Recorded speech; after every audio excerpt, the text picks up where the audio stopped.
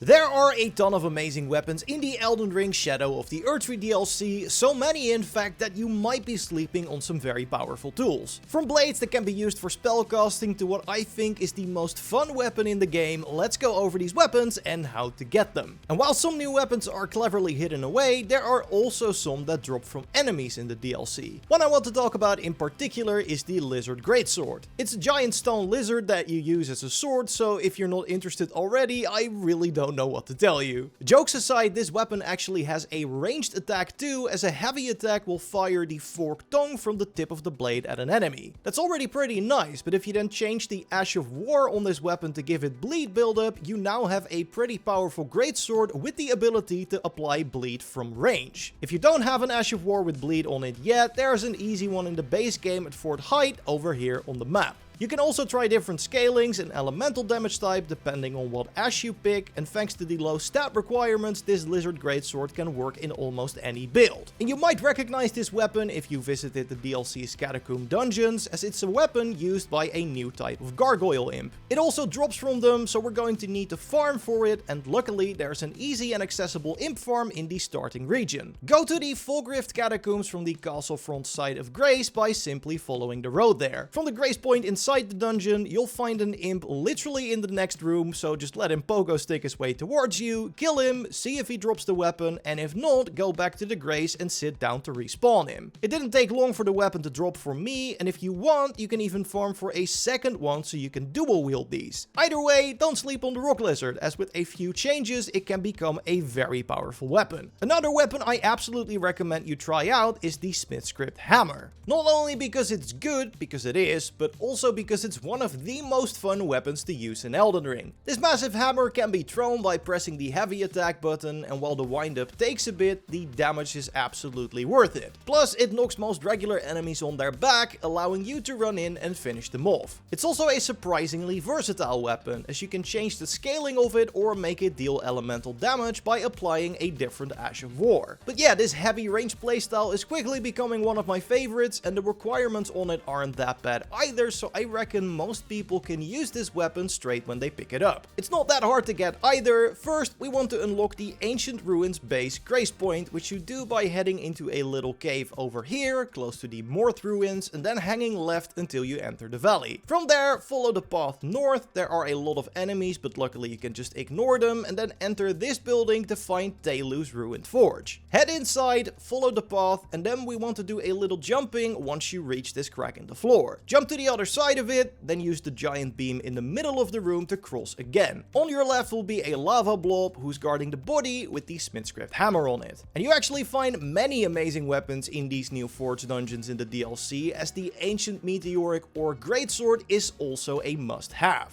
Now this one is definitely a weapon for strength builds, as the requirement of 35 means you need decent strength to even wield this weapon in two hands, let alone one. But it more than makes up for it with its amazing weapon skill, White Light Charge. Pressing the button once makes you charge forward with a launch that has some pretty impressive range. Pressing the button again triggers a detonation of white light, dealing heavy damage to nearby enemies. So you have this massive greatsword that allows you to quickly cover the distance to an enemy and can trigger damaging explosions when it connects. And if anyone's still standing after that, hitting them with a sword this big will of course also deal some heavy damage. And as I said, we need to head to a Forge dungeon to get this weapon. This time it's the Ruined Forge of Starfall Past, which is to the southwest of the Morth Ruins Grace. Again, ignore the enemies, the entrance to this one is at the back of the building. Once inside, head into the first room, go across the bridge and pull the lever on your left. Run through the hallway you just unlocked, take a right to enter another hallway and keep running up to the lava blob, as there's a ladder next to it we want to take. The next room is pretty crowded, but we just want to head up the rubble and enter the hall.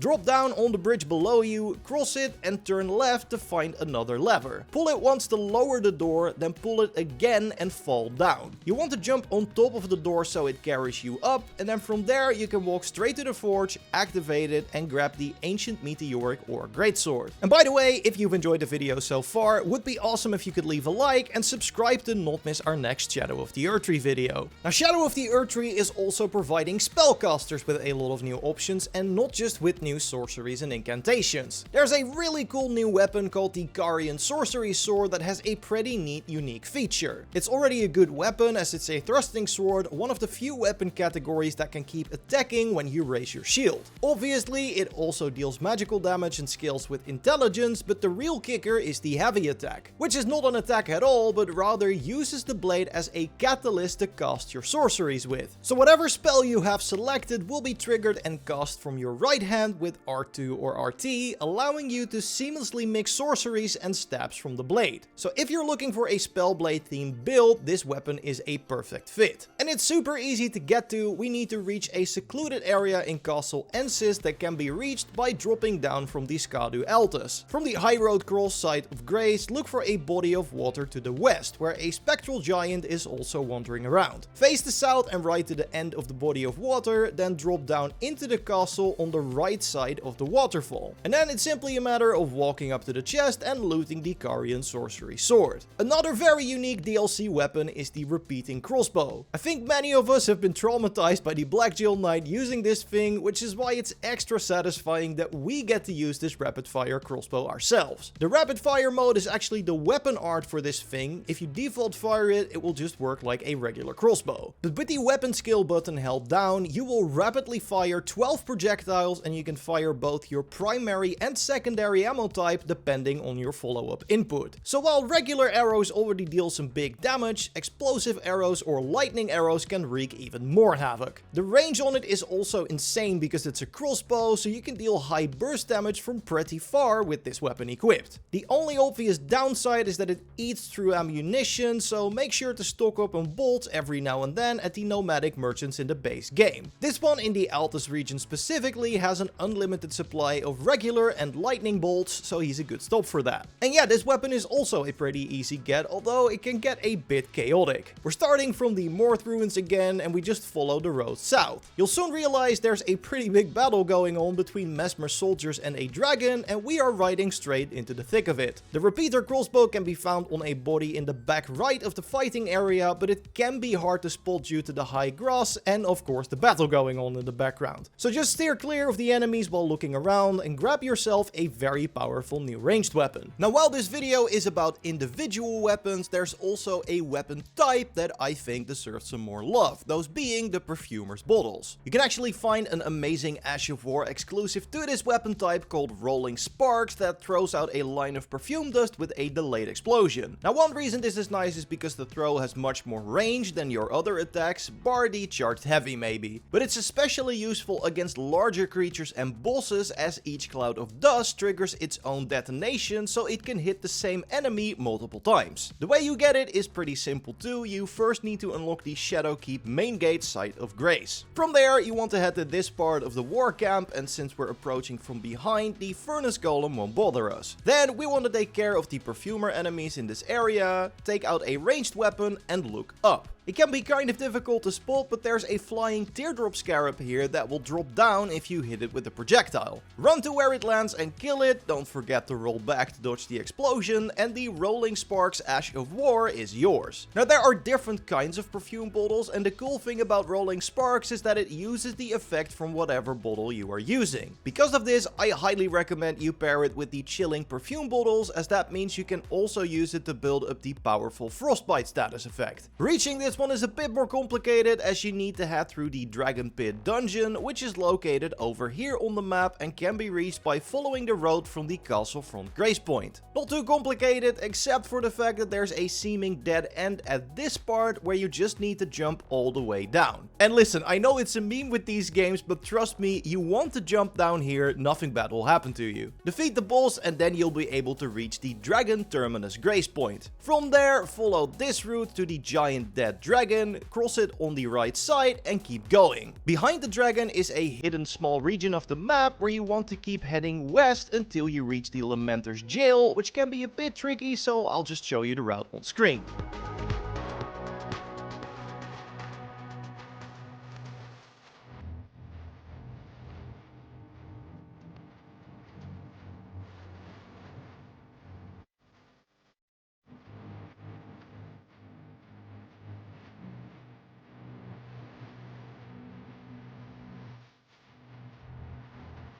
Once inside, turn left before the first locked door and grab the key from the chest in the second room in the hallway. Go back to that locked door, open it, climb down and enter the ice-covered area ahead. To your right will be a room where an enemy walks out, and that is the one where you can grab the chilling mist bottles. Let us know what weapons you've been using in the DLC, leave a like if you enjoyed the video, and of course subscribe for more Shadow of the Erdtree content. You can already watch our video on the new DLC weapon types by clicking on the screen, and I will see you in the next one. Goodbye!